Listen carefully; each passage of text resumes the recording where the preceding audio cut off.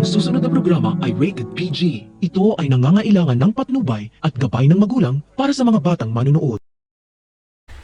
Ang buong akala ni Belle handa siyang ilantad ang katotohanan kay Rosel na siya ang tunay nitong anak, pero biglang nagbago ang isip niya dahil makukulong ang daddy niya.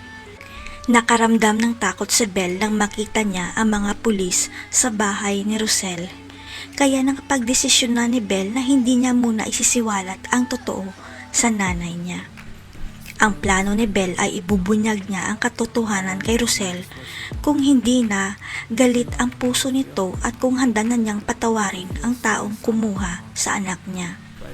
Ang malaking katanungan na lang ngayon ni Belle kung kailan kaya maghihilom ang puso ni Rosel at panalangin niya na mapatawad nito ang daddy niya.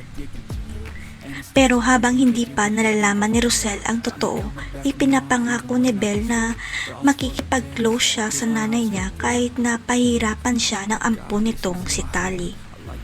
Handa si Belle na kayanin ang pang-aapi ni Tali at itago ang katotohanan kahit siya ang tunay na anak ni Rosel at ang kapalit nito hindi makukulong ang daddy niya. Ang hindi alam ni Belle, nagbigay na ng habilin si Chris sa kapatid niyang si Nika na sa oras na makulong siya, huwag nito pababayaan ang mga pamangkin niya, lalo na si Belle.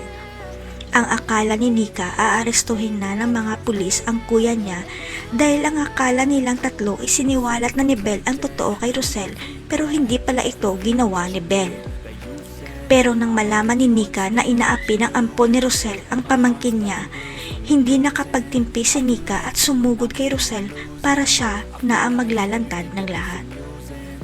Sa isip ni Nika, nakahanda na ang kapatid niya kung ano ang mangyayari sa kanya. Pero ang hindi niya makayanan ang pang-aapi ng ampon sa tunay na anak ni Rosel. Kaya magugulantang na lang si Rosel nang biglang sumugod si Nika sa kanya at sinabi nitong inamin na ni kuya ang lahat na siya ang kumuha sa anak niyong si Belle. Ipapakulong kaya ni Rosel si Chris o magbabago ang isip niya dahil kay Belle? Palalayasin na kaya si Tali dahil inaapi niya ang tunay na anak? Abangan.